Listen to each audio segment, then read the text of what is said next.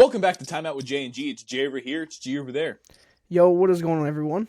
Today we are back with another very, very special episode. You saw in the title, we are previewing Week 2, the divisional round of the NFL playoffs, and we are here to give our official NFL awards. Are you excited like I am? Dude, I am so ready. It's been a super fun NFL season. My favorite teams sucked all year. Your favorite team was good for the most part of the year. And, but it's been fun because with the Cowboys sucking like they have, it's allowed me to watch more like other teams play more than I would usually get to watch, you know what I mean, or pay attention to. Because like sometimes now, like this past season, if the Cowboys were on, half time I wouldn't even be watching. I'd be watching another team. You know what I mean? So it's been a fun season. I'm assuming you're gonna agree for the most part until like the last couple weeks of the season. Yeah, it was a rough last 5 weeks. Yeah, 6 weeks. It was a little rough, to say the least. But we are here today. We gave our predictions last week for the first round of the playoffs. I did pretty damn good. I kind of faded on half the picks, and I ended up getting all of them right except for one of them. I got one of them wrong. Oh, the Chargers game.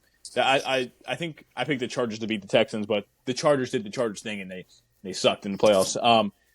But before we jump into all that, we didn't do the college football report last week, but we are back for the last college football report of this season. It's a bit sad. It's a bit sad, man. But it is. It's very sad. So go ahead. I will hand you the floor. So, I mean, this is pretty much national championship week. I mean, we're leading up to it. Ohio State and, Notre Dame. Yeah. Looking at the bracket, who would have thought? Yeah, Penn State kind of. I don't really want to talk about that game because I think we all knew what was going to happen when Penn State's offense walked out there for that. When he walked out there for that last possession, we all knew how it was going to end, and it all took but one play for Drew Allar to throw the pick. So. Yeah, he couldn't even leave us in suspense. He couldn't even drive 40 yards and then throw the pick. No, it was play one. I'm going out there. I'm throwing a pick. I'm sitting back down on the bench. I'm done. I was like, whatever. He also couldn't throw it to a receiver. He literally didn't target a single receiver. It was all running backs and tight ends. There were 3 games this season in the FBS to where a wide receiver had no targets. 1 was Air Force. Mm-hmm. 2 were Navy. Makes sense. 1 was Penn State. Yeah, that's more than 3, but it's fair. No, you said 3. There were only 3 teams. I meant teams. There were only 3 teams. Yeah. That did it. And our Air Force and Navy makes sense, but that's so whatever. And he's coming back, but Braylon Allen and Nick Singleton said they're coming back next season. So, hey, I was afraid they were going to leave with Tyler Warren and obviously Abdul Carter, but. The 2 running backs decided they want to stay one more year, so we'll see. Well, I mean, if you're going to have Drew Allar as your starter again, you're going to need him. Yeah. Anyways. Yeah. That's enough Penn State. Enough Penn State, but we are going to look at a little bit of the path to get there for Notre Dame. They did have to play Indiana, which they, that game wasn't really close. The final score is 27-17, but not really too close. Notre Dame then drew Georgia, which normally we'd say Georgia pretty much beats them handily or, something like that. But Georgia did lose a starting quarterback, Carson Beck, who is transferring to the University of Miami. So, yeah, there's that. But then Notre Dame beats them. Then, obviously, Notre Dame plays a close one against Penn State. Yeah. And Ohio State, I'm going to be honest, this is probably one of the teams that I least expected to get here. Because they had to play Tennessee, Oregon, presumably Texas, and I didn't think they were going to make it. I'm going to be honest. I thought they've kind of went through the gauntlet to get here. They have. They really have. And I mean, looking at them here, it's kind of just like, am I really going to doubt them again? Am I going to pick against them? Am I going to pick for them? I mean, it's just, I don't know. It's hard to pick, I'm going to be honest, but I'm going to have to go with Notre Dame. Can I say one thing before you pick? Yeah, go ahead. So something came out, actually, that when Notre Dame played NIU, Northern Illinois University, and lost, The head coach from NIU came up to Marcus Freeman and said, I know how to beat Notre Dame. Do you want to know how to beat them? Like, beat yourself. You know what I mean? Yeah. Like the head coach had the plan on how to control and beat Notre Dame. Yeah. They have not lost a game since. They figured it out. I'm just saying, Notre Dame, they might be on their way to a national championship. Also, Lou Holtz. I think there was 3 head coaches that coached at Notre Dame, and in their 3rd season they won a national championship. Can we be seeing the 4th here today, or on Monday? On Monday. On Monday. No, I'm going to Ohio State. It hurts. It hurts me so bad. I can't pick either one of these teams without it hurting my soul. Honestly, I really can't. But, I think Ohio State's having such a great run right now, and Ohio State's a damn good team. That loss to Michigan is what really kind of tipped the whole, whoa, what do we actually think of this team? And for good reason. They lost to a Michigan team that was 6-6 this year. It was a bad loss. Objectively, a bad loss for Ohio State University. But at the same time, I think it was a hiccup. I think they came in mentally unprepared for that game, and they just got punched in the mouth by a Michigan team. I think that Ohio State team was the best team in the Big Ten this season. I know Oregon won. I know Oregon was the number 1 team in the country. I fully get that. But I think player for player, Ohio State was the best team in the Big Ten, and it's been like that for a while now. They just kind of consistently are the best or one of the top 2 to 3 best teams in the Big Ten. And Notre Dame is a damn good team. I saw it. But I also saw Penn State keep up with this team, this Notre Dame team, and expose a lot of weaknesses that I think Ohio State's going to pound through. I think Ohio State is a better team than Penn State, and the fact that Penn State was able to kind of run it down Notre Dame's throat. Ohio State has a two monster backfield. They're going to run the ball down Notre Dame's throat, and I don't think they're going to be able to stop it. I could be wrong, but I do think Notre Dame's going to struggle mightily to stop that running attack, and that's pretty much what it's going to be. I think Will Howard's also a better quarterback than Drew Aller is. I don't think he's going to make those same mistakes that Drew Aller made, especially that last one. We're one good drive away from Penn State being in this national championship versus it being Notre Dame. And I just think if a team like Penn State, who is obviously objectively a very, very good team, one of the top 10 teams in the country this year, is able to run down the throat of a Notre Dame team but then end up losing because of an interception, I have to think a team that's even better than Penn State, like Ohio State, that has Penn State has 2 good running backs. Ohio State has 2 good running backs, or great. They both have great running backs, but they also have the advantage of quarterback. I have a hard time seeing a world where Ohio State loses this game. Ohio State doesn't have an Abdul Carter. Abdul Carter destroyed Notre Dame's offensive line. He only had, I think, 1 or so sacks, but he was in the backfield literally basically every play. He was hitting the quarterback as he was throwing the ball. He was just getting in the face. They don't have that over there at Ohio State.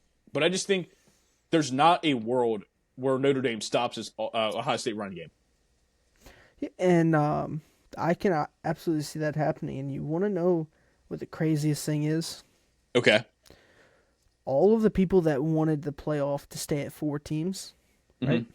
We would not be getting this national championship. Yeah, they're both low seeds. Lower. Yep, because Oregon was 1, Georgia was 2, Texas was 3, and Penn State was 4. Notre Dame was 5, and Ohio State was 6. So they would have been the first 2 teams out if we would have kept it at 4. Yeah. So that's just something to think about if you're anti, a 12-team playoff. We're getting a playoff that we may not have seen. You know what I mean? Yeah. If it wasn't for the expanded playoff. I just think honestly, it's fun. I like when it's more teams involved. I think 12 is a perfect number. I don't think it should go to 16. I don't think it should go to 20. I think 12 is the perfect number because you get this whole idea of the variables, right? And that's why people love March Madness so much, because you have these 64 teams that'll come in and don't win a game out of nowhere.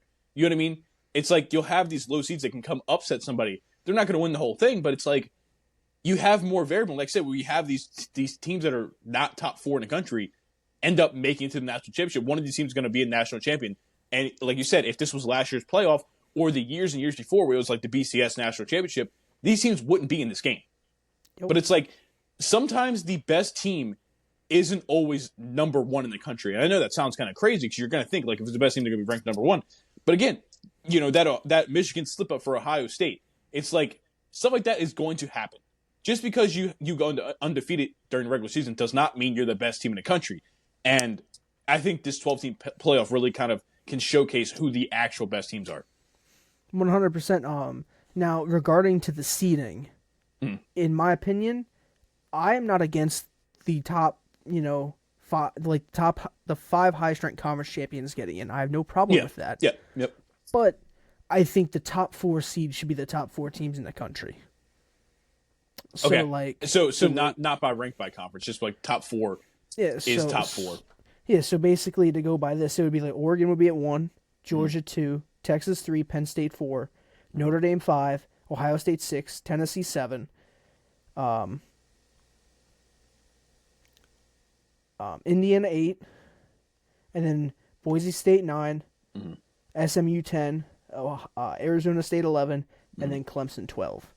Yeah, no, I agree. I think because like you saw it with Boise State, a good team, but them being number 4 in the country was just because they won their conference. They won their conference. You know what I mean? Like it just they got put up in a spot where they just weren't going to be able to compete with these other teams.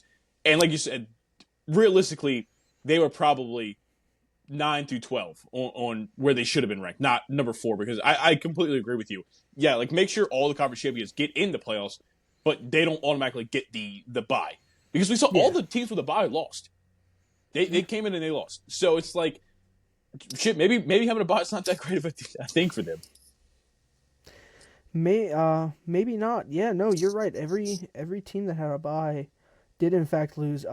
But like you said about Boise State, the Ashton Genty story was good. They did have a good quarterback. 100%. Yeah. But they were ranked number 9, but they were seeded 3 because of the conference championship win. Yep. I think they should have been at 9 regardless. I agree. I think it's that's about all I got for college football. I'm going with Notre Dame. Yeah, I guess I'm going Ohio State. It hurts my soul, and God, man, it's just such a sad time. We're in the playoffs of the NFL. College football's got one more game left. We'll wait all year for this, huh? Right now, the spread is in favor of Ohio State. Ohio State has to win by 8 to cover the spread. Okay. It opened at 9.5, so people are betting on Notre Dame a little bit. The over/under is 46.5. ESPN matchup predictor, the matchup predictor percentage, according to ESPN Analytics, Ohio State has a 55.3% chance to win, so it is very, very close. Oh yeah. Is that going to wrap up this week's College Football Report? Hey, we can go see the game on Monday. Tickets are as low as $1,230. Yeah, right. Where's the game even at this year? Atlanta. Oh, I ain't going down there. All right. Well, is that going to wrap up the College Football Report? That is going to wrap it up. So I guess we won't see. Well, we might check in here or there as some transfers come around and stuff like that. But it's going to be the official last full College Football Report until what? August, probably September. Oh man, it's sad. Might do a little tune up or tune in during when they do spring camp and they do the spring games. Like Tennessee does the orange white game, Penn State probably the blue and white game. Yep. Exactly. Maybe come around and see what teams are looking good, what teams are looking bad, something like that. Yeah. Well, before we jump into the NFL, we're going to hear a word from our partner. I am proud to announce we are partnered with Dubby Energy Drink. Dubby was formulated to give you focus and energy with no jitters or crash, all while tasting amazing. If you go to the link in the description, it will take you to our sponsored flavor, Push and Punch. Use code TimeoutJG, that is TimeoutJG, at checkout for 10% off your order. Thank you to Dubby Energy for partnering with us, and back to the episode. Now that we've heard a word from Dubby, it's a great company, whether you're, at the gym or, pulling an all-night gaming session. They're great. I have the starter pack, and I get the flavors. They're really, really good. I like it. They keep me kind of pumped up at the gym and stuff like that. But after I just shield out for a partner there, let's jump into the NFL playoffs, baby. Whoop, whoop, whoop. So last week, the winners were the Baltimore Ravens over the Pittsburgh Steelers. I'm sorry about it. was the Houston Texans over the Chargers. We should have saw that coming. The Philadelphia Eagles over the Green Bay Packers. Jordan Love looked not good. And then the LA Rams over the Minnesota Vikings. Sam Darnold is now, he lost a lot of money these past 2 weeks. People were thinking he was going to get a contract. They were talking about trading J.J. McCarthy for Sam Darnold. That talks have ended. They said they cut off all trade talks to J.J. McCarthy. They're like, oh, Sam Darnold's still kind of bad. And then to finish out, Washington Commanders and, spoiler, Rookie of the Year, Jaden Daniels take down the Tampa Bay Buccaneers. All right. So, again, I called every single one of these games except I thought the Chargers were going to beat the Texans that were limping into the playoffs. But, again, the Chargers do what the Chargers do. They did what they do, whatever it is. They're basically just the AFC Cowboys, unfortunately. So, you want to talk about any of these games? I'm sure. No. I want to hear your thoughts on the Ravens-Steelers game and I don't mean to drive it home, but being a Steelers fan, you kind of expected this last week. You said that they were probably going to lose. I just want to hear your pure reaction from this game. Now it's been a couple of days that you kind of can calm down and get your thoughts. I'm not on the fire Mike Tomlin train. Okay. But I'm also not on the blame everybody else train. Okay. Is Mike Tomlin at fault for the entire thing? No, he's not at fault for the entire thing, but he does have pieces that he needs to work on. Mm-hmm. People blaming the quarterback situation. Well, as a head coach, you directly affect what quarterback you have, what quarterbacks you can put out there. Yep. The other thing is the play calling. I was excited for Arthur Smith. I thought he was going to bring something that we haven't really seen. That remains to be seen. Yeah. One of the biggest things that I personally am getting tired of is the notion that every Steeler team has to play Steeler football. And by Steeler football is you run the ball no matter what. Pittsburgh, Pittsburgh, one of the teams with the highest carries, total carries, one of the lowest in yards per carry. So you're running the ball, but you're not getting a lot of yards. What does that mean? Yeah. And it's just getting tiring to see. It's kind of just the whole thing where you hand off, run, pass, punt, run, pass, punt. And it's the same thing every week, every down. It's just a little tiring. Yep. Sometimes I miss having Big Ben back there to where he would literally just basically say F you to the offensive coordinator and he'd just call plays or he'd just tell people what routes to run, as he's on the field. Because no one was going to tell him no. I honestly, I do kind of miss that. Because it brought a little bit of spice to the offense. I miss the days to where we would go back and, our quarterback would throw for 300-400 yards, multiple touchdowns, and we really didn't have to rely on that run game a whole lot. I do like the run game. I like establishing and being dominant in the run game. But it's just not what this team is. It's not what the NFL is right now. Yeah. And let's just be honest about that. You do have teams like Baltimore, who can run the ball effectively. They ran for 300 yards on us last night. That's also not an acceptable thing on the defensive side.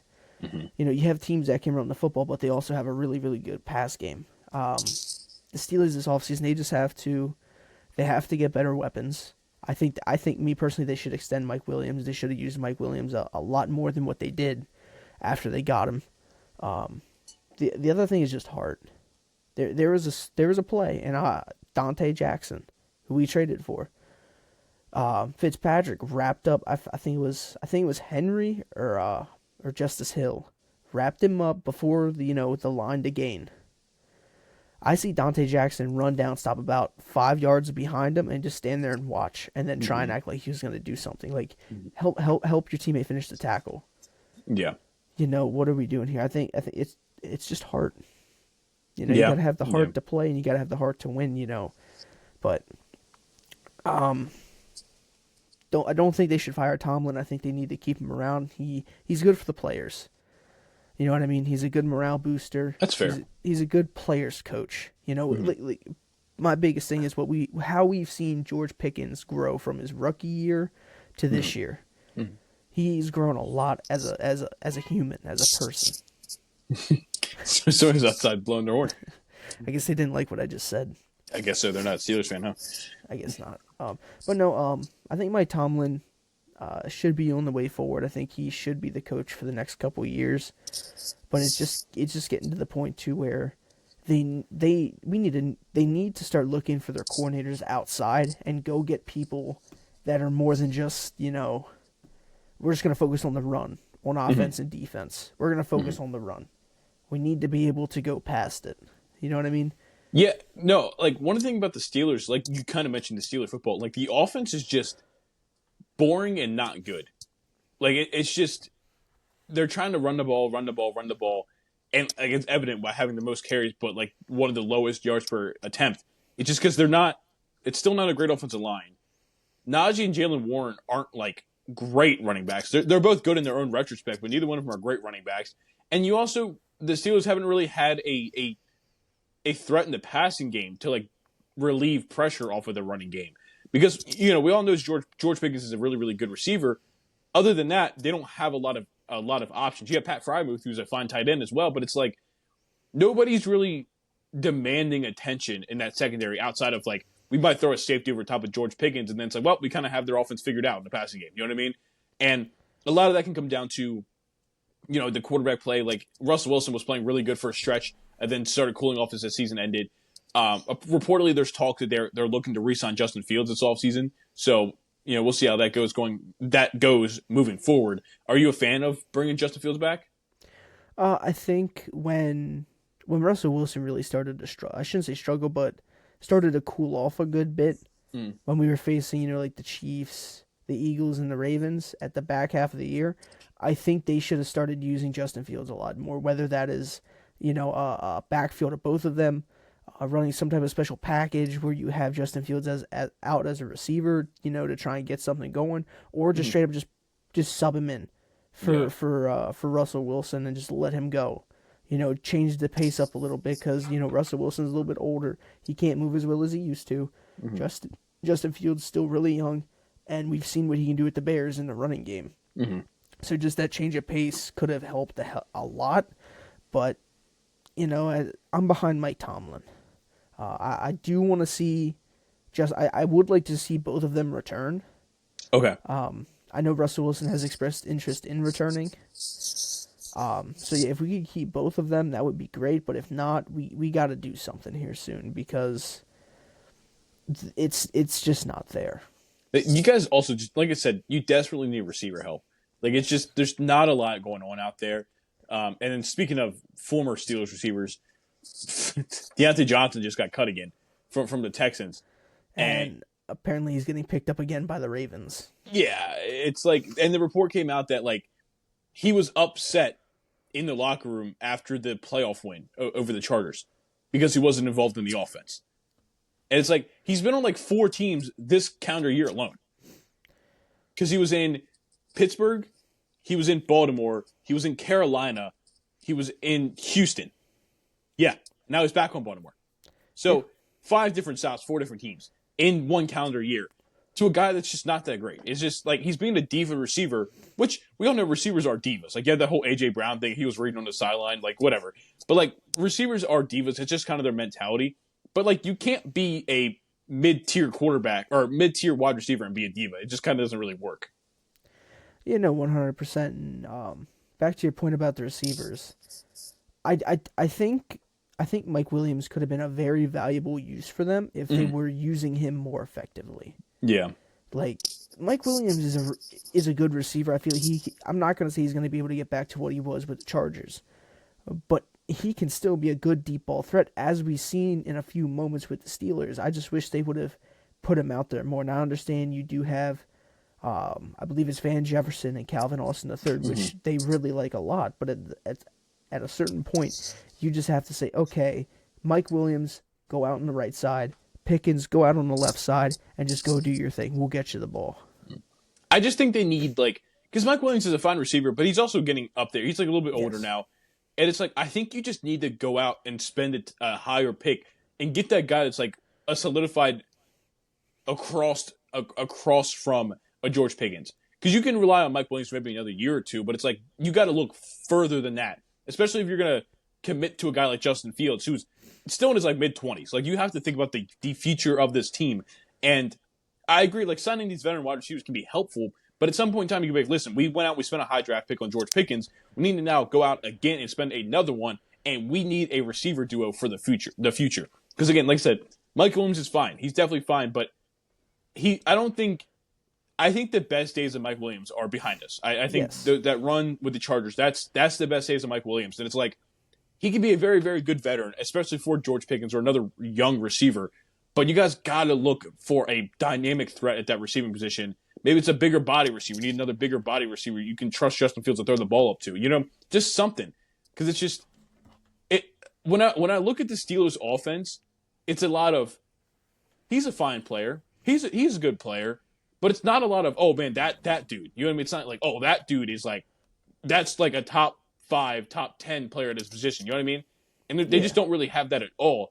And it just makes it really tough because, we know how good the Steelers' defense is, but it's the same notion. It's like if your offense can't stay on the field, no matter how good your defense is, they're going to constantly get tired. And it's like, hey, we're handing it off 3 times on offense and we're getting a total of 7 yards and we're punting. And it's like, well, no, now our defense is right back out in the field. We're going to come back out again and we're going to hand it off twice for 4 yards and then throw an incomplete pass and we're punting it right back. It's like, the offense is so 1990s. You know what I mean? It's so like it's like we still have Franco Harris back there, or we still have Le'Veon Bell back there. Where it's like we have a guy that's a no doubt top blank at his position in the NFL that can carry our offense. Like the days of the prime 2010 Steelers was you had a top 5-ish quarterback depending on the year in Ben Roethlisberger. Same with Le'Veon Bell. Same with Antonio Brown, both respectively top 5, maybe even best at their positions at the point in time. It's like, and again, that's a hard thing to do. Having 3 guys that are the top blank at their position on one offense is a very, very hard thing to do. But the fact that this Steelers team had nobody within the top 10 of their position, I don't think. Maybe you can slide Freiermuth into that position. I still don't think George Pickens is the top 10 receiver. I think he's really, really good, but I don't have him in that echelon yet. You know what I mean? So it's like it's just a very like okay offense. And in the NFL today, if you want to win, you can't have an okay offense. 100%. And the other thing that I'm not saying he would have changed the entire season, but Roman Wilson, their 3rd-round pick, was also injured the entire year. Yeah, I was actually kind of excited for him on this Steelers offense, but yeah, he didn't play at all. So I guess maybe you could look at that as technically like a rookie next season. You know what I mean? Yeah, I'm just hoping in this draft. In the first round of the draft, I hope they either go offensive lineman. I hope they go tackle. I'm gonna be honest. I hope there's a good tackle on the board that they can take up. I haven't really looked at the draft board or mock drafts because we're still trying to wait for people to opt in, and we still have the whole. Now I'm blanking on it. It's not the combine. We still have the combine to go through and all that. Sorry, I just blanked on that, but I'm hoping they can get a good tackle. I know Troy Fontanu. I think he was injured for a little bit, so he didn't really get a whole lot of PT. But wide receiver or tackle, wide receiver, tackle, or corner. That would be the 3 positions. Steelers trade up for Travis Hunter. Yeah, we'll see. That'd be something, no? No, they're not doing that. They barely trade up as it is. All right, after we just spent 10 minutes on the Steelers, let's go ahead and talk about the divisional round playoff game so we can jump into our awards without this being a 3-hour episode. So, we're just going to start. How do I want to do this? We're going to start with the NFC 2-4 matchup. The Los Angeles Rams coming off a win against Minnesota, go to the link and take on the Philadelphia Eagles. Who do you got? The Eagles, they've been having a lot of hype around them, but Jalen Hurts I believe he came off a concussion protocol, so he's going to be able to play. Or, that whole deal. Eagles are looking good, but I think Matthew Stafford has a little bit more to say in these playoffs. I have the Eagles going down. Going down in Philly, and the Philly fans are going to riot. Man. As much as I want to sit here and agree with you, I can't. This Rams team has shown heart the last little bit of the season into the playoffs. But I think they also had kind of a luxury of going against a quarterback that got overrated throughout the season, and we saw who it really was at the end of the year. The Eagles are a really, really good team, man. Like they got a lot of hype because they are a really, really damn good team, and I just don't think this Rams team has enough to compete with this Eagles team. And I just, again, being a Cowboys fan, this hurts my soul to say. It really, really hurts my soul to say. But listen, this Eagles team, they're the number 2 seed for the reason. They're arguably better than the Lions, however you want to look at it. They're just that damn good. I've got to go with the Eagles at home. It's hurting my heart. It's pierced my heart. But I'm picking Philly. I'm picking Philly. Philadelphia and the Rams did play earlier in the season. They did. And Philly won 37-20, but that was also a giant part in the fact that Saquon had 255 yards. And who's to say it won't happen again? Who's to say the Rams don't, keep him under a hundo? I don't know if that's. I'd be surprised. With the season Saquon Barkley's having. If he got under 100 yards in this game, I'd be surprised. But I'm going Eagles. You're going Rams. Let's jump to the other lower seed matchup in the AFC. The Baltimore Ravens, coming off a win against the Pittsburgh Steelers, are going to Buffalo, where it's supposed to be snowing. This is the matchup of the MVPs. Ravens, Bills. Who do you got? You said it's supposed to be snowing? I believe so. I'll double check this while you give your prediction, but I believe so. If it's snowing, they got to postpone the game for a couple days. They can't play in the snow. I feel like I'm missing something there. Last year, Steelers were supposed to play the Bills in the snow. Then they postponed the game a couple days. Really, I don't feel like I remember that. Oh no, we talked about it because the whole thing was about the Bills' new stadium that they're building doesn't have a dome. Oh right. So the Weather Channel projects a daytime high of 20 degrees near Highmark Stadium for Sunday, with the temperature dropping to 8 degrees that evening, and estimates the temperature will feel more like -3 degrees at kickoff, and both outlets call for at least a 40% chance of snow. So it's going to be freaking cold, at least. It might not snow, but there's about a half a chance, but it's going to be really freaking cold. But done with the trolling there. The Bills have looked good. The Ravens have really looked good, too. Mm-hmm. It's going to be really cold. It's going to be really cold. It's going to be really cold. I don't like going with the higher seed because I usually like the upset, but I also just hate the Ravens. I'm going to be honest. That's fair. Hey, I went against a team I hated. This is not the game where Josh Allen screws up. He's going to look phenomenal. He's going for 400 yards, 4 touchdowns. Bills are going to beat the Ravens by 2 touchdowns. I'm going to have to fade you again, man. You know what hurts when it's really, really cold out? A 240-pound motherfucking Derrick Henry running down your throat. That's going to hurt at -3 degrees. That's going to really hurt at -3 degrees. And I feel like the way the Ravens play football, the cold weather, I mean, yeah, it's going to bother them. It's going to be cold out. But, like, they're a run-heavy team.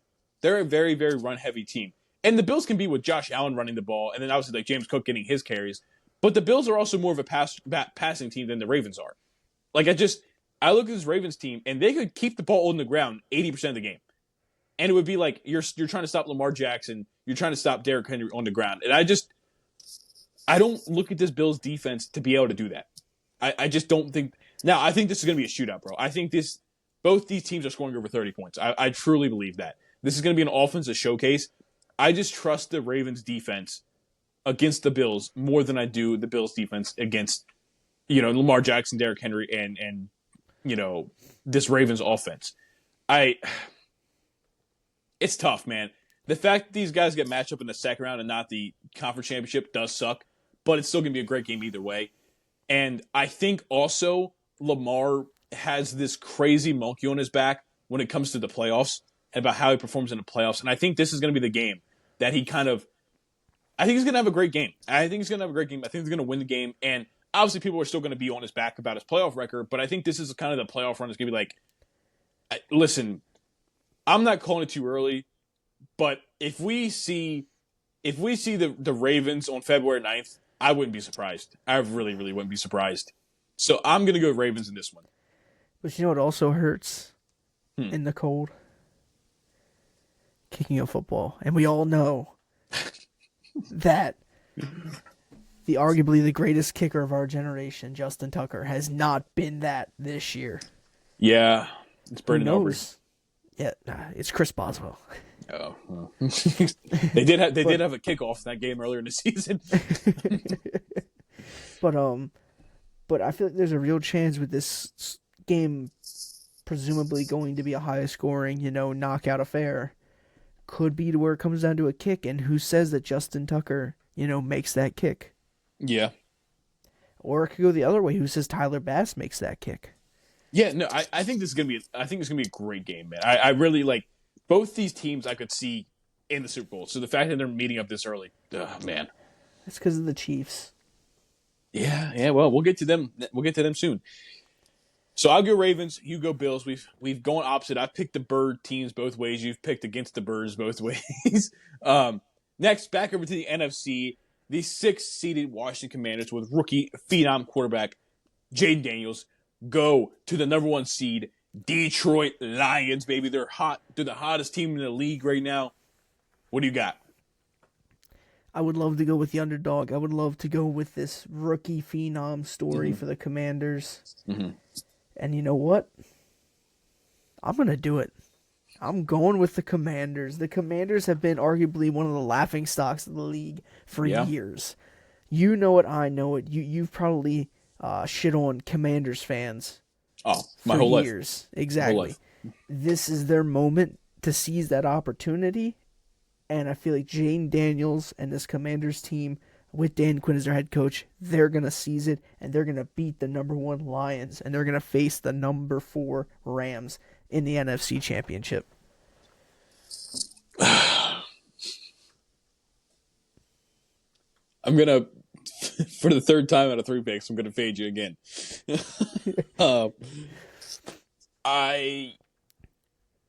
Again, it's so tough because as a Cowboys fan, seeing the Commanders be good is kind of sucks. But I'm also a fan of Jaden Daniels, and it's kind of a cool story to watch. There's a real possibility this Lions team that is kind of just breaking out these past 2 years gets into the playoffs and they kind of fumble because they're not, you know what I mean? Like they get in as a high seed, kind of like OKC Thunder, like the Oklahoma City Thunder last year in the NBA playoffs. You get in as such a high seed as a young team that you're just not quite ready for playoff basketball. They're not quite ready for playoff football, and they end up losing in the 2nd round. But it's like that team's real good. They just weren't quite prepared for the moment of the playoffs. And I think that's a real possibility with this Lions team. They might just not be ready for this. But then again, Jared Goff has been in this situation before. Like Jared Goff is been in the playoffs multiple times before with the Rams. So it's like I'm not the biggest Jared Goff fan. I'm not gonna lie to you in the slightest. I'm just not a big Jared Goff fan. And I kind of have a thing with the Lions after the whole tackle thing last year with the Cowboys about did he register as a receiver? That whole Lions fans were awful about that shit. Oh god, they still make jokes about it to this day. It's been over a year, man. Let it go. But anyway, I just think this team is too good to slip up this 1st round against the Commanders.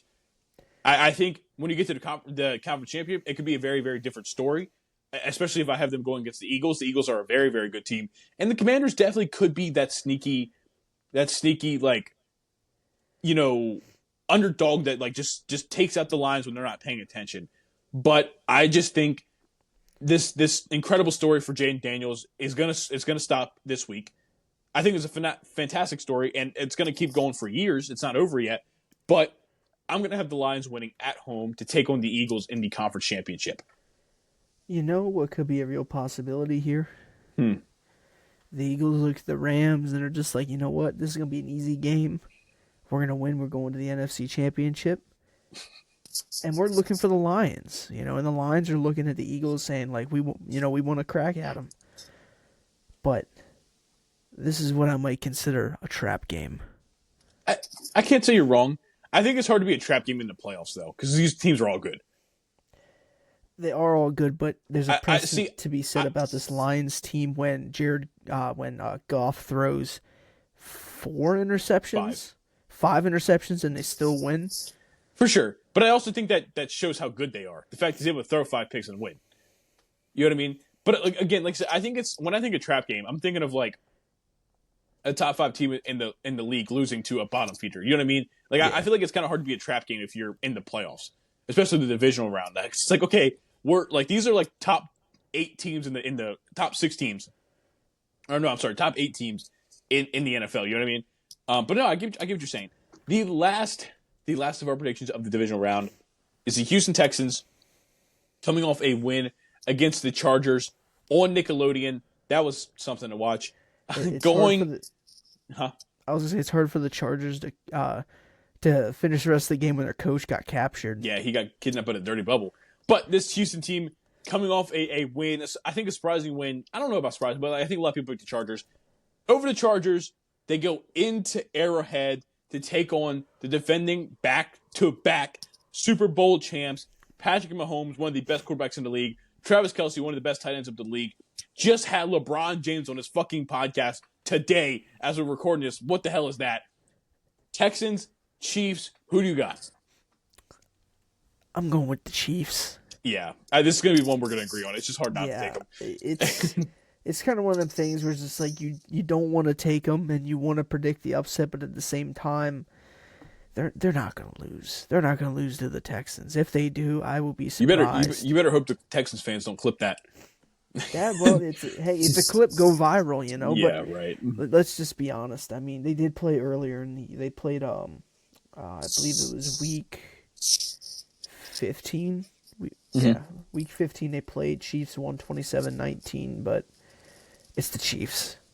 You know, it's Patrick Mahomes until he gives me a reason not to look at the Chiefs and be like, oh, they're gonna win. You know, and plus they got arguably the best coach in the league in Andy Reid. Yeah, for sure, so for sure. It's low hanging fruit, and if you don't take them, you know you're an optimistic. But if you take them, you're a bandwagon. But yeah. No, I agree. I'm going Chiefs. They're just, like I said, they've been the best team in the league the past 2 years, maybe even 3 to 4, depending on how you look at them. They've just been that team. And you've definitely seen like a slowdown of Mahomes and Travis Kelce, especially this season. But they've also had their running game. Their defense has been so good, and a big part of the reason they've been as good as they have been this season. And you know, CJ Stroud and this Texas team, they proved last week they're still able to fight. They're still able to win these games. But the Chiefs are like. They're just until a team beats them, it's hard to not assume they're just going to go back to the Super Bowl. You know what I mean? It's just you kind of have to give them the benefit of the doubt until a team proves that they can beat them, and that's kind of what it is. So yeah, Chiefs. I have Chiefs and Ravens in the AFC, and then Lions and Eagles in the NFC. I have Chiefs and Bills in the AFC, and then Commanders, Rams in the NFC. We will see. We'll be back next Thursday. Yeah, next Thursday as you guys watch this, and we'll see which one of us was right. I had a pretty good first round, but every round you could be right this second round, and we'll see then. Anything else you kind of want to talk about before we jump into our NFL awards? Not really. I mean, kind of just went over everything we needed to go over. I mean, yeah. I don't really want to mix up sports, but shout out. I should say shut up, but Suns traded for Nick Richards. I believe it was Nick Richards in a first to the Suns, and the Suns sent It was Nick Richards and a second-round pick from Denver to the Suns for Josh Okogie, 2 second-round picks from Denver, and a second from Phoenix. Okay, there you go. Yep. Also, if you want a more in-depth look at that trade and talk about that trade more, go check out his channel, Cloud2K. He literally just dropped a 10-minute video as you're seeing this yesterday. So go check that out. Heck yeah. I appreciate the plug. Now, hell yeah. The awards. Do you want to start like lower and then work up to MVP? Sure. Okay. So I'm just going to, the way I have them listed here, we're going to start with Coach of the Year. You want to give yours or you want me to give mine? You give yours. Now, the way this team season ended was a disappointment, but a lot of people, including myself, thought very, very low of this team going into the season, and they surprised the world and won 14 games. I'm talking about the Minnesota Vikings and head coach Kevin O'Connell winning Coach of the Year. like I said, I think a lot of people projected them to have 4, 5, maybe 6 wins after the offseason they had with losing Kirk Cousins, drafting J.J. McCarthy. He's out for the season. Now Sam Darnold's our starting quarterback. Okay, we have an Aaron Jones guy that might be washed. We have Jordan Addison having some problems before the season started. And it's like, damn, this just might not be a good year. It might be a reset year for the Vikings. And I think a lot, like I said, I've said that myself on this podcast. And they came out. Darnold looked fantastic for most of the season. This Vikings team just killed it. They honestly killed it. Won 14 games, got bounced in the first round. Again, a bad way for that season to end. But Kevin O'Connell was fantastic. And it's hard to think of a guy more deserving. Mine was a toss-up. I was thinking either Dan Quinn or Kevin O'Connell. Dan Quinn because he did get back into the head coaching position and he did help take a Commander's team to the playoffs. That's very true. That's very fair. I can't be mad at a Dan Quinn pick. He's there, and like I said, it's between Dan Quinn and Kevin O'Connell. But just what O'Connell was able to do with a Vikings team that lost their presumably starting quarterback that season, and the way he was able to engineer that team into the playoffs and win 14 games is just inspiring. Mm-hmm. But we all can agree that the Vikings have some better weapons than the Commanders. Yeah. So, I mean, I got to go with Dan Quinn for this one. I can't be mad at that. I can't be mad at that. He came in and really built the culture very, very quick in Washington and got them into, at this point in time, the second round of the playoffs against they're going to be going against the Lions. So, yeah, I can't be mad at that at all. Next, I don't know if you did this one, but I did just because it's kind of a newer award. But like comeback player of the year. It's kind of one of those low-end awards where not a lot of people talk about. I made a pick. Did you make a pick for this one? No, I did not. I did Joe Burrow because he missed a good chunk of last season with an injury, and he came back and was arguably one of the best quarterbacks in the league this year. They didn't make the playoffs. They started off really, really bad, but he had a 1.6% interception rate, which was 5th best among starters to start at least the last 7 games. Some advanced stats for you. Joe Burrow was fantastic. He led the league in passing yards and passing touchdowns. So it's just hard to find a guy that, missed with an injury and he came back and was, again, arguably the best statistical quarterback in the league. We'll talk about passing at least. Yeah, no, 100%. And if I did have to take a pick, it would have been Joe Burrow. Like you said, I believe the number one in passing yards, number 1 in passing touchdowns on the team that didn't make the playoffs is pretty insane to think about. But no, Joe Burrow for comeback player of the year, I'm behind 100%. Next, defensive rookie of the year. Who do you got? Mine's a little. Jared Verse or Quinyon Mitchell. Mm-hmm. Those were the 2 I was thinking about. One of those is my guy I picked. Yeah. Jared Verse had a really, really good year on the Rams on a team to where they were trying to find that premier edge rusher but just rusher with the departure of Aaron Donald into retirement. But also Quinyon Mitchell, he kind of stepped up. He plays for the Eagles. He kind of stepped up into that spot for the Eagles at that cornerback position that they needed, and he helped engineer this defense into being what it is. Mm-hmm. You could call it recency bias, but I'm going to have to go with Jared Verse. Okay. I went with Quinyon Mitchell. He was phenomenal this year. For a good stretch of the season, he was locking up. He allowed less than 55% of passes thrown his way to be caught. He 6.3 yards per target was pretty much the same as Darius Slay, who's another top corner in this league. Like, he was just playing like immediately one of the best corners a really, really good corner, I should say. Also, another advanced stat for you. The Eagles were a 28th ranked basically passing defense last year. I just kind of some other stats. They were 3rd this year. And a big part of that, yes, they brought in Cooper DeJean, but a big part of that was Quinyon Mitchell. He was just phenomenal. He came in and he came in as a rookie and looked like a 5-year starter. He just was that good. He was shutting down top receivers. I don't know.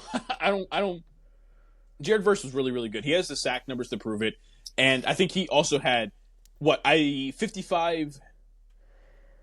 Yeah. There's 55 pressures and like a bunch of sacks, whatever. I don't have the exact numbers up, but I think I had to go to Quinyon Mitchell. Yeah, I got to go Quinyon Mitchell line. Yeah, I gotta go Jared Verse. Fair enough. Next, offensive rookie of the year. So I'm just gonna be honest. We probably both have Jaden Daniels for this. Yes, yeah. It's But hard not to. it's hard not to. But I do want to give a shout out to two rookies who really improved. One was consistent throughout the entire year, and I feel like on any other year without Jaden Daniels in, he wins it. That is Brock Bowers. Brock Bowers, I believe, I think he has the record for receiving yards and catches by a rookie tight end. I believe. Only like 3 or 4 touchdowns, but he had Aiden O'Connell and Gardner Minshew throwing him the football most of the year. Honestly, it was a phenomenal year by a lot of rookies. Bo Nix, really good. He had his really good stretches. Drake May looked good in some stretches. Caleb Williams looked good in some stretches.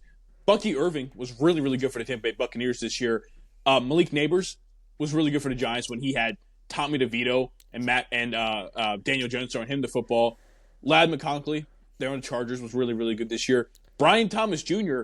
was arguably a Pro Bowl receiver this year down there in Jacksonville. It's like, and he had Mac Jones for a good part of the season because Trevor Lawrence was hurt. So it's like, this was one of those rookie classes where it's like, damn, we have like 7 guys that like in any other year probably could have won this award. And I think that's phenomenal. And again, Jaden Daniels, though, has just been the best. He's been the best. You want to hear a funny stat? Jaden Daniels already ranks 13th in Commanders franchise history for wins as a starting quarterback. His rookie season, 13th in wins in franchise history. Well, there you go. I mean, I don't know what else to say. I don't know what else to say. Honestly, like I said, Brock Bowers, all of them, but I do want to give a shout out to Bo Nix because he was one of the few rookies that had a rough start, and we can all agree he had a rough start. I think he had like 6 picks in the first 3 or 4 weeks. It was not looking good, and then he helped.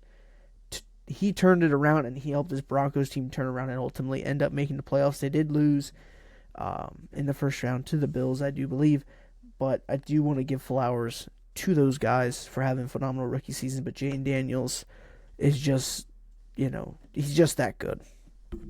He was. I'm trying to pull up because I had this pulled up for a second here. I don't know where that went. Whatever. It was just more Jaden Daniels stats. He was really, really good. I don't know. There's nothing else to say. And I think Washington found themselves a franchise quarterback. Sucks as a Cowboys fan, but he's been really, really good. Next, defensive player of the year. Who do you got? Oh, who I got? Yeah. Trey Hendrickson. It's tough because their defense was really, really bad. Yes. But he led the league in sacks, and I know that's kind of like a cheap out answer, but he also had 57 quarterback pressures, which was 7 more than second place. He was just constantly in the back, basically the only good defender on that team. Like, he was constantly in the backfield, hitting the quarterback, getting the sack, and unfortunately the rest of the defense just sucked ass, so a lot of people probably really didn't pay attention to Trey Hendrickson this season. I know you did, being a Steelers fan. You played him twice a year. You know what I mean? Like, he's just a really, really good guy. There was another guy I was debating on picking Derek Stingley Jr., but I didn't. Because I thought a corner getting to would be really, really funny. Not funny, but like I think it'd be a cool pick. Myles Garrett's obviously always really, really good, but I feel like just this year alone, I couldn't give it to anybody else besides Trey Hendrickson. Yeah, no, Trey Hendrickson was on an absolute freaking tear this year. Mm-hmm. On a defense that wasn't good, he kind of showed up and showed out. Like you said about Myles Garrett, Trey Hendricks actually got the sack record from Myles, not the sack record, but the lead league in sacks for Myles Garrett. Those two were neck and neck for the last couple weeks of the season, so I do want to shout out both of them. But I'm going to have to go with Trey Hendrickson. I was thinking Pat Surtain, but it's going to be traditional. Let's just give it to him. Yeah. I was going to say, if I had to pick a dark horse to win it, I'm going to go Pat Surtain. But my actual pick, is going to be Trey Hendrickson, maybe Myles Garrett, one of those two. Yeah. Offensive player of the year, who do you got? Saquon. It couldn't be anybody else. I mean, I was gonna say you could make a case for like Jamar Chase because he did win the Triple True. Crown this Very year, true. but Saquon getting over 2,000 yards, and Lord knows I don't know how I should really 13 rushing touchdowns. 13 rushing touchdowns. Like 2,000 yards. Like when was the last time we had someone eclipse 2,000 yards? Derrick Henry? Derrick Henry's done it twice, I think. Twice. Like this is unprecedented. So obviously my pick is Saquon, but my dark horse is Jamar Chase. Yep.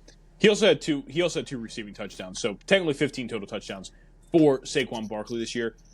It had to be, man. This dude was arguably an MVP candidate for a good part of the season. Yeah. Like he's just that good. Over 2,000 yards, 15 total touchdowns. Hell, what kind of receiving yards did he have? We might as well add receiving yard totalage onto that. About 278 receiving yards. So really almost 2,300 total scrimmage yards and 15 total touchdowns for Saquon Barkley this year. Can we call him SB2K? SB2K doesn't quite have the same ring as CJ2K does. Yeah, but no, CJ2K, amazing. Barkley was held to fewer than 4 yards per carry just twice this year. He failed to record at least 100 rushing yards in only 5 games this season. That includes the playoff games. And was limited to fewer than 60 rushing yards just one time. The Philadelphia's offense ranks third in third down conversions and first on fourth down conversions. Part of that's the tush push. Part of it's also they have the best running back in the league back there. So he's just been, I think, better than what anybody could have imagined. Like we all know Saquon Barkley's been a phenomenal running back his entire career. He just kind of started to waste away the past 2 years on the Giants with some injury problems and just that team sucking. So we all kind of knew him going to the Eagles was going to kind of jumpstart him, but I don't think any of us expected him to have damn near over 2,000 rushing yards and about 2,300 scrimmage yards. Like he was everything this Eagles team needed, and a big part of the reason I have them winning, going deep into this playoffs, like it's almost impossible to stop this top level running game. Saquon should have went for the record. They should have let him get the record. Didn't he himself say he didn't want to? He didn't care. I'm just saying, like he should have. Like you don't remember who has second, third, fourth. I believe Adrian Peterson is second in rushing yards in the season, but who's third, who's fourth, who's fifth. You don't remember that, but you remember the guy who finished in first. That is Eric Dickerson. The funny thing is too, a lot of people were saying like it's gonna be an asterisk because it's 17 games versus 16 games. At the same time, Saquon Barkley still had less carries than Eric Dickerson had when he broke the record. And also, Eric Dickerson, when he broke the record, he did it. I think the record was set with 12 games, and he 14. did it in 14. He did 14. 16. No asterisks there. So why are we adding one here? People, the funny thing is, I've noticed that so much across all sports now. Everybody wants to add an asterisk to everything to try to save the old timers. The nostalgia can't get you that much of a chokehold where it's like every time a new record is broken, well, you got to make it an asterisk. LeBron James breaks the scoring record for most points all time in an NBA game, and people want to add an asterisk because there's a 3-point line now. It's like, could you imagine literally sitting there and watching LeBron James score the most points in NBA history, and in your mind going, well, I don't like that. Let's find a way to make that not count. Like, what? You know what I mean? It's the same way with Saquon Barkley. How can you watch Saquon Barkley rush for the most yards or be on pace to rush for the most yards in an entire season and look at that and be like, well, the guy that did before only did it in 16. It's like, how much of a hater do you have to be? Like, your first thought is, instead of, oh my God, it's, well, how can I say that's not good enough? I can't even explain it. I can't. It's just, it's also the same exact thing with Genty when he was going for Barry Sanders' record. Oh, yeah. Yep. Everyone was wanting an asterisk because of how many games he did it. It's kind of like, why does that matter? The record's broken. Let's celebrate it. Let's be happy. Especially in a guy like Saquon Barkley's case, if he had less carries. If you have less carries than the guy that won the record, you played in one more game, but you got the ball less. So it's like, it's kind of hard to... Take it how you will. Exactly. But we appreciate greatness. We don't try to knock down greatness because we both enjoy football. We love football. We love basketball. We want to see these records get broken, and we don't want to just fucking hate on them. Exactly. But whatever. Here's the big boy. MVP. Tell me who you got. I'm going in a completely different route. And the reason I say this is I am tired of quarterbacks winning this award. Okay. So my pick is going to be Saquon. And we kind of just went over everything about it, but I truly believe that Saquon should be in the running for this award. I truly do. I feel like he should be the number one, but it's a lot of people look at the MVP and they immediately think quarterback. Just like when you think of Depoy, you think edge rusher. Mm-hmm. You know, it's hard to break that stigma or that thing around it. I know he's not going to win it, but Saquon is my pick. I like your enthusiasm. I'm going Lamar Jackson. He's been phenomenal this year. About 4,200 passing yards, 41 touchdowns, only 4 picks. And I mean, do we want to jump on the rushing stats too? Oh, we might as well. We might as well jump on the rushing stat because he was phenomenal. He now has the most yards ever by a rushing quarterback. He beat out Michael Vick. Let's see. Where was the rushing stats? Sometimes it's hard to find these stats. I don't know why. 915 rushing yards. This dude was almost a 1,000-yard rusher and a 4,000-yard passer in the same season. In the same season, he also had 4 rushing touchdowns. So that's 45. Okay. 45 total touchdowns, right? And let's add 915 yards. So about 4,300 total yards and 45 touchdowns is the kind of season. Or no. I only did. Do some math. I'm going to give you some numbers. Pull it up on a calculator, okay? Okay. Dude, 915.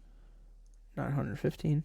Plus, let me pull this out. Because I want to make sure I get this right from my man Lamar, because he deserves this. He deserves to us not give him the wrong numbers. 915 plus 4,172. 5,087. So 5,087 total yards and 45 touchdowns. And only 4 interceptions. There's not much you can really, like... he's having a way, way, way better season than last year, and he was the MVP last year. You know what I mean? And it's so crazy to me that, like, he could have a season a mile better than last year and then not win MVP. But I get it, man. Josh Allen's been phenomenal. Saquon Barkley's been phenomenal. But it's just like, I feel like he unfortunately is going to get hit with voters fatigue because he won last year. And they might give it to Josh Allen off of voters fatigue. But again, Josh Allen also is a very deserving candidate. I don't want to make it seem like Josh Allen is only going to get it because of voters fatigue. You know what I mean? But like, I look at these stats and I'm like, Lamar Jackson's been so good, man. He's been so good. Josh Allen's again been phenomenal. I'll pull up his stats here too because I want to be fully transparent in my picks. Because I'm like that, man. I'm fully transparent in my picks. Josh Allen, 3,700 passing yards, 28 touchdowns, 6 interceptions. Not as good of a passing year as Lamar had. Lamar's been a better passer than Josh Allen this year. Is that hard to believe? Well, you better believe it because it's what's happened this year. Now we'll pull up Josh Allen's rushing stats, who I know has more touchdowns for sure. Career. Okay, it's gonna do the stupid thing. I don't want to know his career rushing stats. I want to know this year he had 531 yards and 12 rushing touchdowns. So he definitely got Lamar in the rushing touchdowns.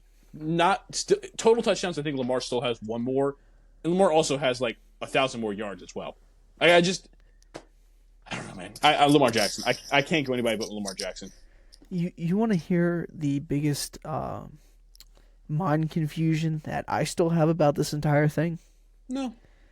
Oh, okay. No, you're good. What's up? So, Lamar Jackson combined passing and rushing went for 5,087 yards. And would you say 45 total touchdowns? Yeah. The mind trick here is that in 2013, Peyton Manning threw for 5,400 100 yards and Yeah. 55 touchdowns. I don't mean to downplay Lamar because he has been phenomenal. MVP pick, whatever. But that year by Peyton Manning, in 2013 when it was kind of like the passing attack was starting to get to that point, and no one's gotten even close. You know what I mean? But that also just presents how good Lamar has been this season to where he's gotten close to that number. You know what I mean? Yeah. I don't know. I feel like you're I feel like it's kind of telling when your argument against Lamar Jackson's MVP is to go back 10, 12 years to Peyton Manning. Oh, no, I'm not arguing against him. It just seemed like you were like, yeah, Lamar Jackson's cool, but Peyton Manning in 2013. It's like, well, okay. No, I'm saying like we haven't seen like the yardage numbers and the touchdowns since Peyton in 2013. Well, Patrick Mahomes had that 50 touchdown, 5,000 yard year. I don't count him. He's too good. He doesn't count. Okay, it's fair. So he's better than Peyton Manning. No. He might be. That guy's really damn good. Peyton fucking Manning. Peyton Manning. I think at some point we have to start putting Patrick Mahomes, especially if he wins another Super Bowl this year. You really have to start putting him above some of these all-time quarterbacks. He's really good. It's hard, but he's really damn good. Patrick Mahomes is not better than Terry Bradshaw, all right? Yeah, okay. All right. Anyway, about time for us to get up out of this. I'm just kidding. That's a joke. That's a joke. That's a joke, yeah. Everybody. That's a joke. Patrick Mahomes fans, don't at me. Yeah. Just at Cloud2K. Yeah, right. So that's going to pretty much wrap up our episode on the second round preview and our NFL award predictions. Is there anything else you want to talk about before we get up out of here today? Not really. Well, then we appreciate you guys watching. Oh. Playback. We were streaming on Playback for a little bit. The past two games that were on national TV got blocked on Playback where you can't watch them. So I think we still want to both do the Tuesday night streams, but we can only do that if the 7 o'clock game is on League Pass. Now, because of the area we live in, if the 7 o'clock game is in Washington or in Philly, we cannot watch that either because it's technically our local team that gets blacked out. So it's national TV or in Washington or Philly. We won't be able to stream that, unfortunately. Any other 7 p.m. game, so we'll be able to stream. So go check us out on Playback. I'll make a post on my Twitter about it. And if you check out our account on Playback, it'll have like upcoming blank game on Tuesday at 7 p.m. Eastern time. So just want to put that out there why we haven't been there the past 2 weeks. And we haven't given up on it. Just been a bit of a situation with getting that done. So we will be back on that. That's it, right? Yeah, that's about everything. All right. Well, we appreciate you watching this week's episode of Timeout with J&G, and we will see you guys next week. Peace.